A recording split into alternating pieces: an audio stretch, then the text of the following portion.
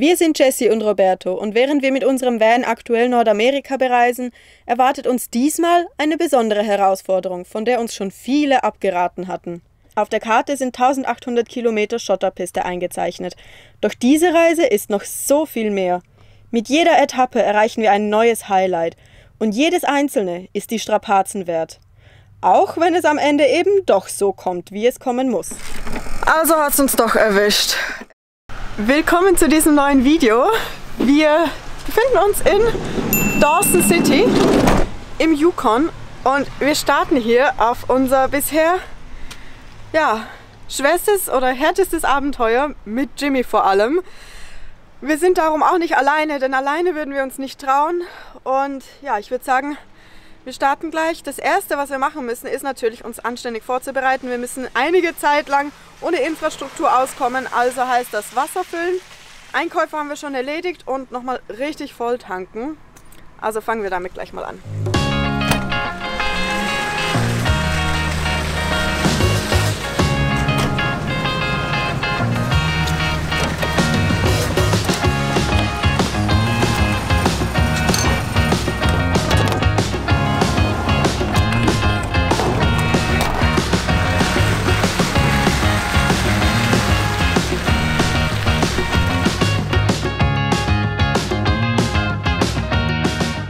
Hier wird das Wasser gratis zur Verfügung gestellt, bei relativ kleinen Mengen, was ja bei uns zutrifft mit 50 Litern. Aber der Druck ist zu tief, das heißt, wir können es nicht filtern.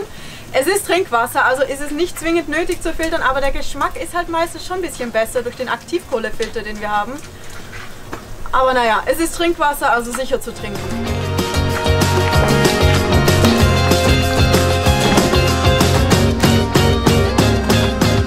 Wir haben alles erledigt. Wir haben eingekauft, Wasser gefüllt, getankt und ich würde sagen, damit sind wir ready und können losfahren. Einige von euch haben wahrscheinlich aber schon gemerkt, Dawson ist doch wieder in Kanada. Ja, das stimmt. Wir haben Alaska nach, glaube ich, nur 3 Tagen wieder verlassen. Sehr kurzfristig, war eigentlich so nicht geplant. Aber ich würde sagen, dazu später in Ruhe etwas mehr.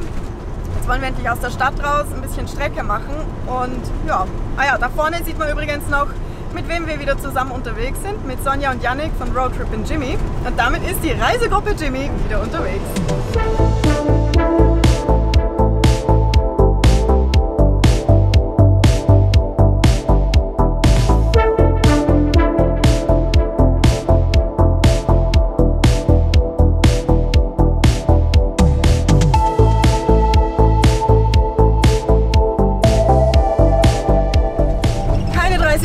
Später sind wir schon auf der Waschbrett-Schotterpiste des Dempster Highway. Der Schlamm spritzt nur so hoch beim Durchfahren. Das ist für den Moment noch witzig, aber wir fahren noch etwa 2000 Kilometer auf dieser Strecke. Ich glaube, da vergeht uns bald das Lachen.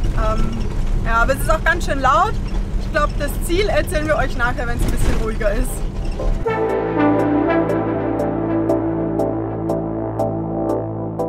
Unser Abenteuer spielt sich entlang des Dempster Highway und somit auf knapp 1800 Kilometern Schotterpiste ab und führt uns vom Yukon in die Northwestern Territories, immer weiter in den Norden.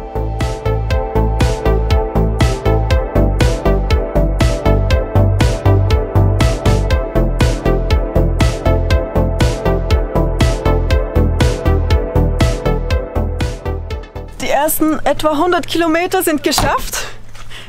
Ich finde es schon ziemlich anstrengend so zu fahren, ehrlich gesagt, aber ja, jetzt machen wir erstmal Zwischenhalt. Die Crew ist komplett. Wir gehen hier ins Interpretive Center, da ein paar Admin-Sachen klären, ein paar Infos einholen und ich würde sagen, wir erzählen euch gleich mehr dazu.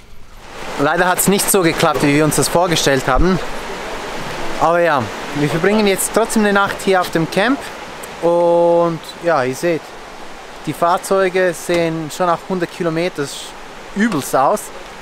Es warten ja noch ein paar Hunderte vor uns. Mal schauen, wie das dann am Ende aussieht. Für heute Abend, wir machen noch Feuer hier und genießen den Abend, denn morgen wollen wir eine coole Wanderung unternehmen und da sehen wir uns dann.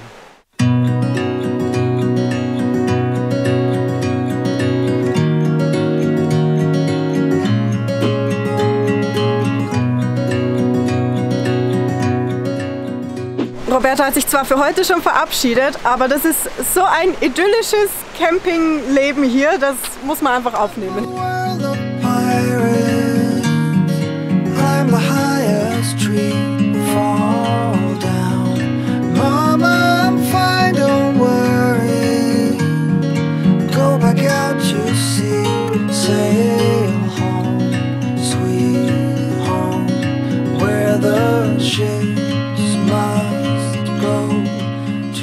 So gemütlich hier. Wir haben auch erst, glaube ich, irgendwie 5 Uhr, aber ja, wir haben den ganzen Tag, um hier gemütlich zu sitzen am Feuer mit einem Chai. Call it a day.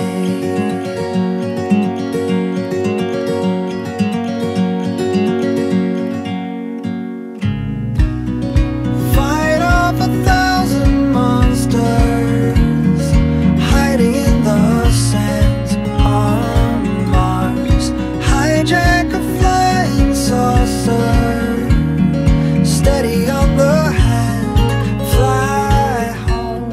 Was gibt's für eins? Röstzwiebeln, Kartoffeln, Tofu und noch Rohgemüse. Okay. Oh, es gibt Mashed Potatoes. Ah, lang geändert. Ich koche nur die Kartoffeln nicht. Ja, und bei uns gibt es wieder mal Pasta, denn wir sind einfach zu faul, um zu kochen. Jesse hängt da lieber beim Feuer. Ich muss wieder alles machen. Unglaublich. Nee, stimmt nicht. Call it a day.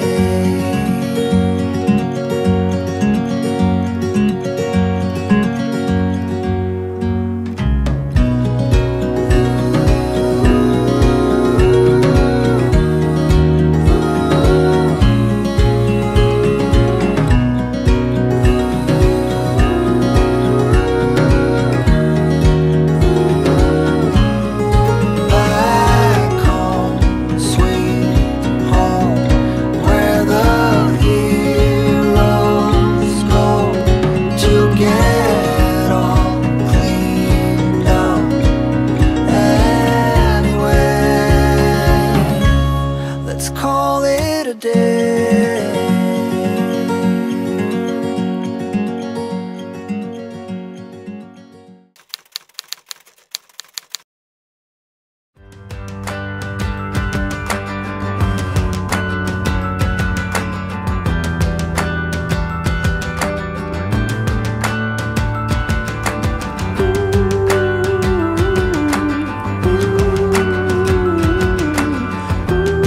Den nächsten Tag nutzen wir, um das Gebirge des Tombstone Territorial Park etwas näher kennenzulernen. Die ursprünglich geplante 2-Tages-Wanderung konnten wir nicht realisieren, also wählten wir einen anderen Trail. Obwohl Trail hier wirklich das falsche Wort ist, denn im weitestgehend natürlich belassenen Park gibt es meist keine tatsächlichen Wege und man erkämpft sich den Weg selbst durch die zähe Tundra. Unsere Wegbeschreibung war einfach: nördlich des Baches zum ersten Kamm und dann immer weiter zum Gipfel hoch.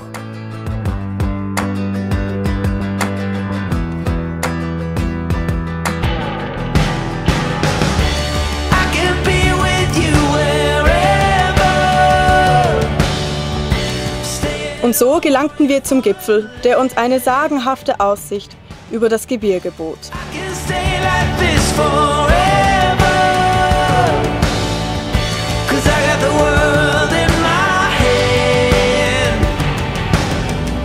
Es tat gut, sich nochmal zu bewegen, denn die nächsten Tage würden wir viel Zeit im Van verbringen.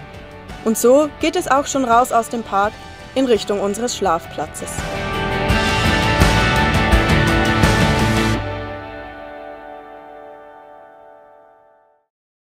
Wir starten in den nächsten Tag auf dem Dempster Highway. Wir wollen heute ein bisschen Strecke machen und ja, vielleicht schaffen wir es noch an einen ganz bestimmten Punkt. Eigentlich wäre das Ziel heute, aber ja, mal sehen, wie weit wir kommen. Das Wetter ist ziemlich grau, aber ist ja gar nicht so schlecht. Eigentlich zum Fahren passt das eigentlich ganz gut.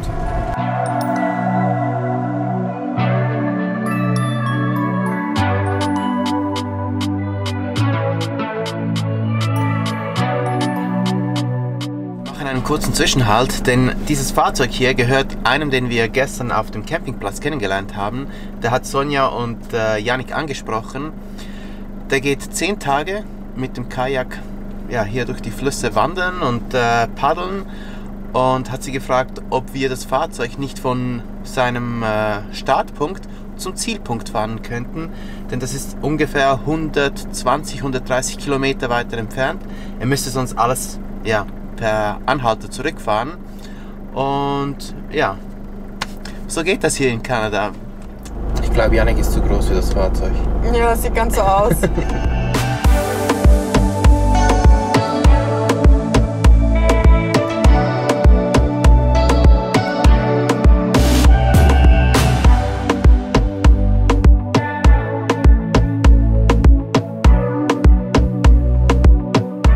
So, es gibt jetzt erstmal eine Kaffeepause.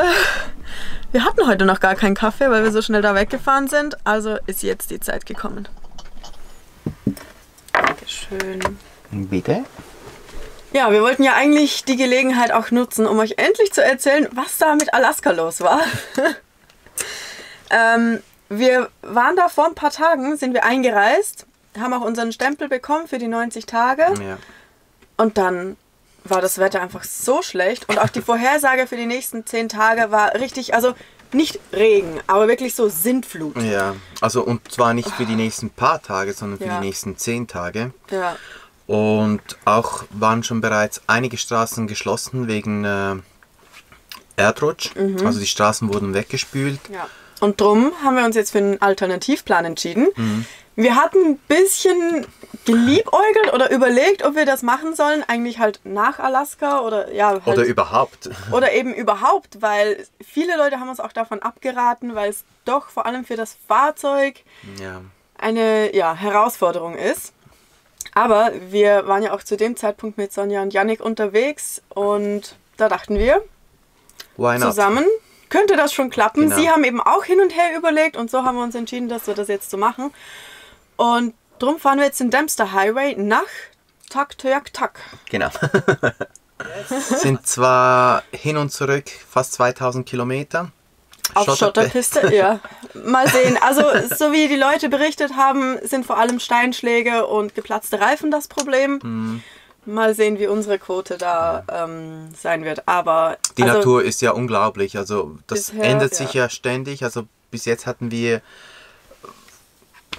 zwar nicht das beste Wetter, aber man sieht schon, wie schön das hier die Gegend ist. Und ja, so ist also der Plan. Schnell die Türen zu wieder. Los, ja, da ist schon eine drin. Ihr habt ja alles zugebaut hier. Naja, wir schauen dann. Wir haben noch 700 Kilometer nach oben. Also und wieder alles zurück. Und dann wieder alles zurück. Aber ich muss sagen, bisher gefällt es mir richtig gut. Ich habe mir das echt wesentlich beschissener vorgestellt. Ich habe mir das langweiliger vorgestellt. Und die Straße ist schlechter. Kaffeekränzchen ist vorbei. Es geht für uns weiter. Ja, Jessie fährt jetzt ihre erste Erfahrung auf Gravel Road. Wuhu! Ja, stimmt doch gar nicht. Das erste Mal auf dem Dempster. Okay, auf dem Dempster. Und ja, wir haben noch 700 irgendetwas Kilometer vor uns. Also weiter geht's.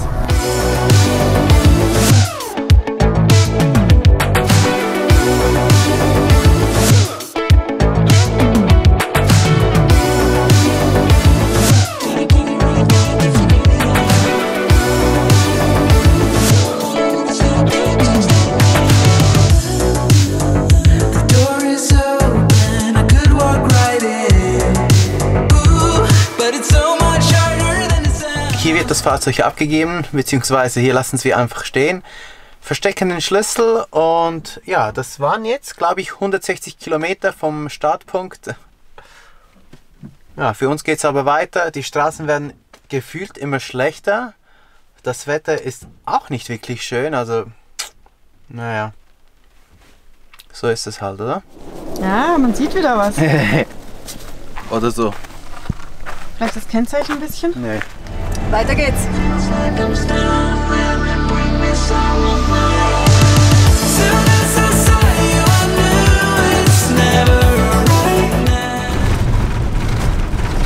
Ziemlich laut hier.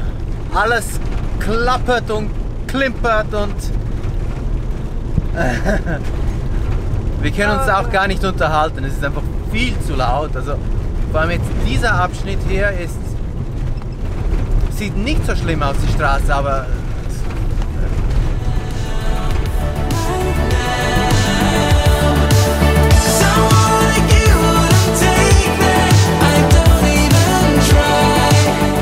die erste Tankstelle seit Dawson City, das sind jetzt 450 Kilometer, die wir gemacht haben. Ja, 450 Kilometer, einfach keine Tankstelle. Ich glaube, der Dieselpreis ist ziemlich teuer, aber ja, es sind noch, glaube ich, ungefähr 350, 360 Kilometer bis Inuvik. Da kommt die nächste Tankstelle und das werden wir so nicht schaffen. Also haben wir jetzt mal voll getankt. Und dann geht es noch weiter. Und wie war's? Ja, 2,55 den Liter. Okay. Und ja, lustiger Schuppen da hinten halt so. Authentisch, würde ich sagen.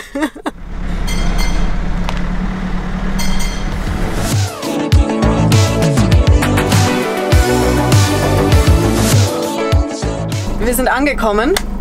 Und zwar am Arctic Circle.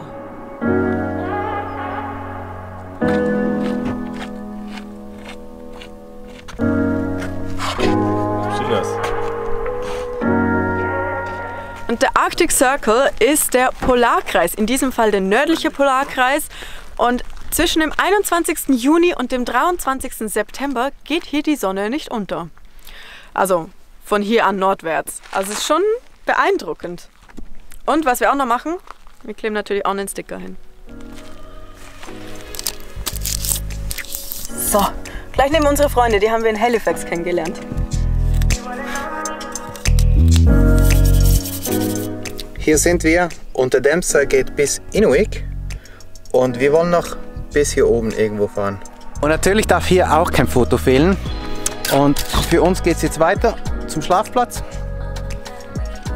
Los geht's! Und mal schauen, ob wir die Sonne sehen, weil hier ist sie nicht. Und ein bisschen mehr Schotterpiste. Ja.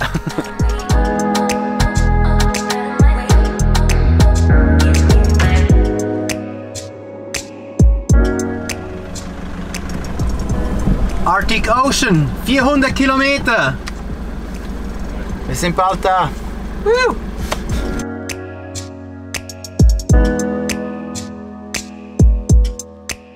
Wir sind an unserem Platz für heute angekommen und seht euch das an. Es ist so wunderschön. Hier hinten die Berge, aber auch da vorne. Da geht es morgen weiter, aber erstmal kümmern wir uns um das hier unten, das Lagerfeuer, mit einem Abendessen und ja, vor allem den gemütlichen Abend, denn wir sind alle ganz schön platt, war doch anstrengend. Ja, und morgen geht's da hinten weiter.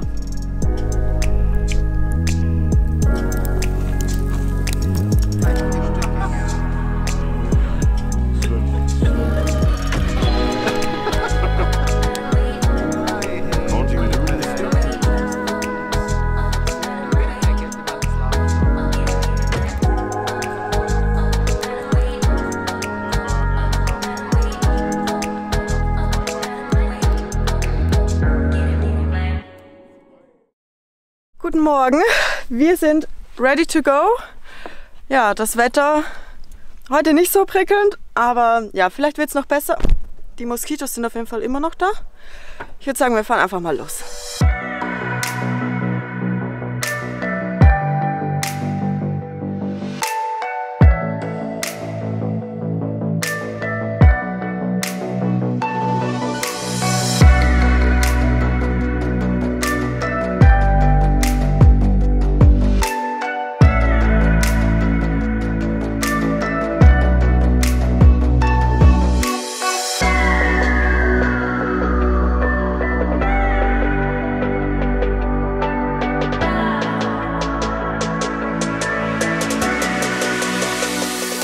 So, hier endet die Straße.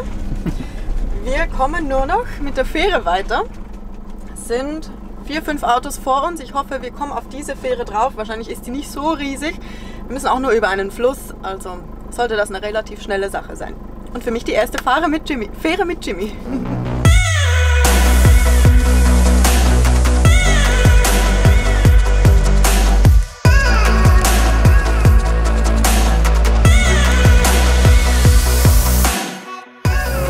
ging das ganz schön schnell, aber sie haben nicht ganz so viel aufgeschüttet, wie wir hoffen würden. Es war ganz schön rutschig, aber wir haben es geschafft und jetzt sind wir schon unterwegs und gleich sind wir drüben.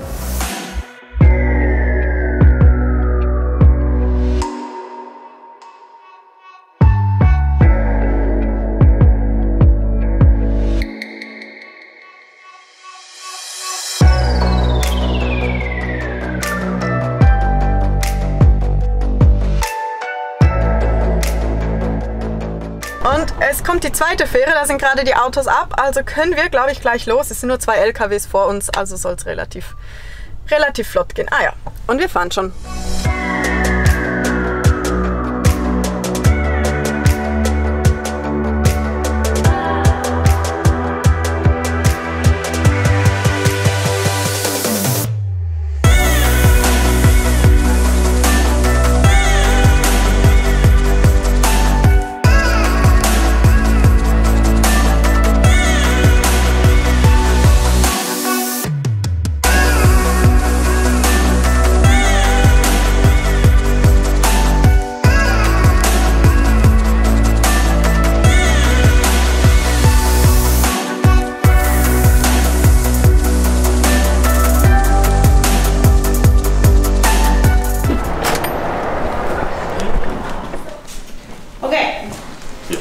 Highway substitution chart, so it's a little bit of Dempster Highway humor.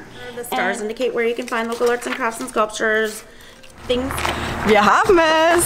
Wir haben ein Zertifikat erhalten dafür, dass wir den Dempster Highway geschafft haben. Wahrscheinlich, also eigentlich ja voll das Touri-Zeug, aber irgendwie doch cool. Ich freue mich. Du auch? Ja, klar. Ist es nicht zu blöd, dass ich mich freue? Nee, das rahmen wir jetzt dann ein.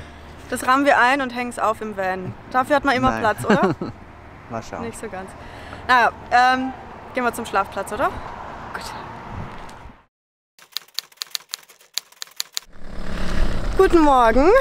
Es geht ein Lüftchen, das heißt, ich traue mich mal wieder raus. Wir sind eigentlich fertig, um unsere letzte Etappe heute zu schaffen. Ja, Roberto fährt mit dem Van vor, wir müssen noch einen Abfall wegbringen. Und dann geht's los. Wir haben noch letzte 100.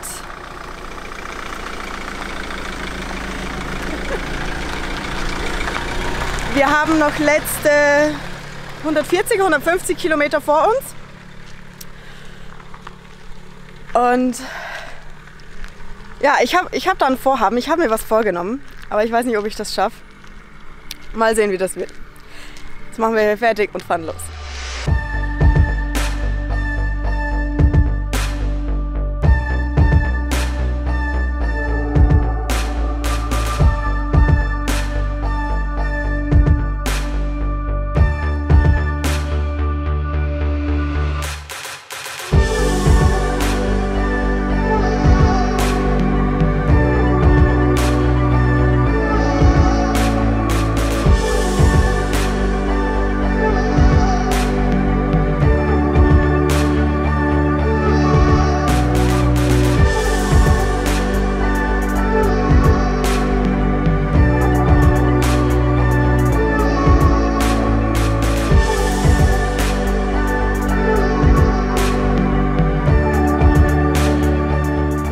Wir sind schon fast am Ziel angekommen. Man sieht schon die ersten Häuser, aber erstmal wollten wir hier noch kurz anhalten, denn wir haben sie schon mehrmals unterwegs gesehen, aber hier hinter mir ist der größte Pingo in Kanada. Ja, die Entstehung ist sehr faszinierend, es ist auch recht komplex, aber grundsätzlich geht es darum, dass Permafrost und sinkende See- oder Wasserspiegel zusammenspielen, dadurch Eis einschließen und dadurch kommen so diese kegelförmigen Hügel aus dem Boden heraus. Wirklich sehr spannend und vor allem ja, interessant, das so in dieser Landschaft zu sehen, die ja sonst eigentlich recht flach ist.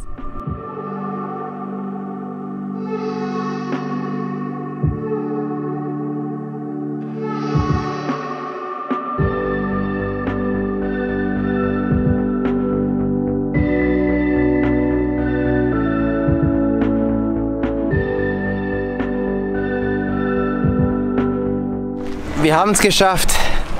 Wir sind am nördlichsten Punkt unserer Reise angekommen, nämlich beim Arctic Ocean.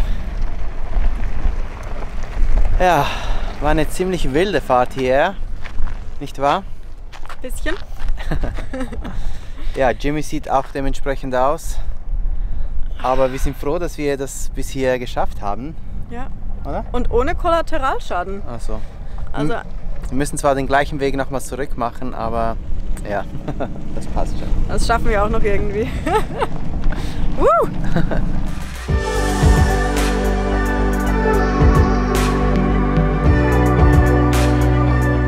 Wir sind ja im Arktischen Ozean, also heben wir das hier auf ein neues Level.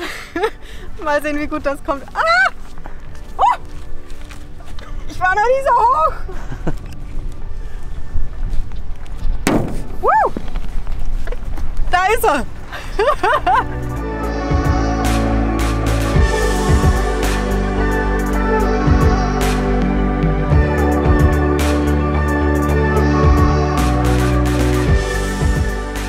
Wer hätte das vor ein paar Monaten gedacht, dass wir bis nach hier oben fahren?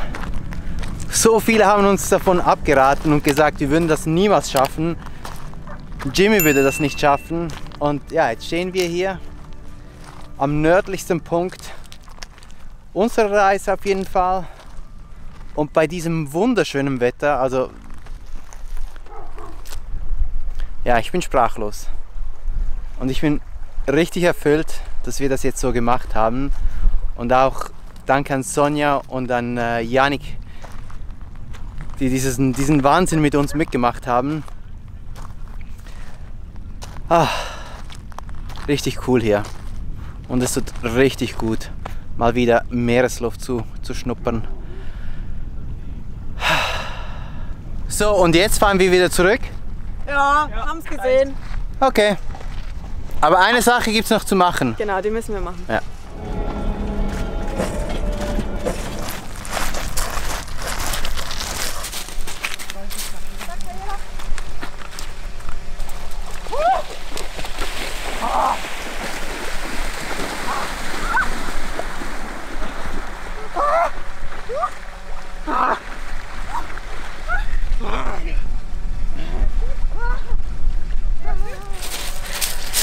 Und wenn euch das Video gefallen hat, Daumen nach oben.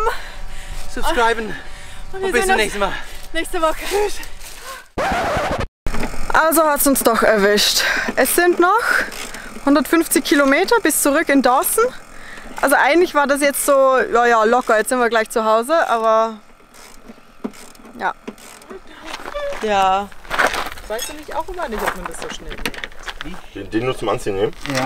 Weil sonst kaputt geht? Ja.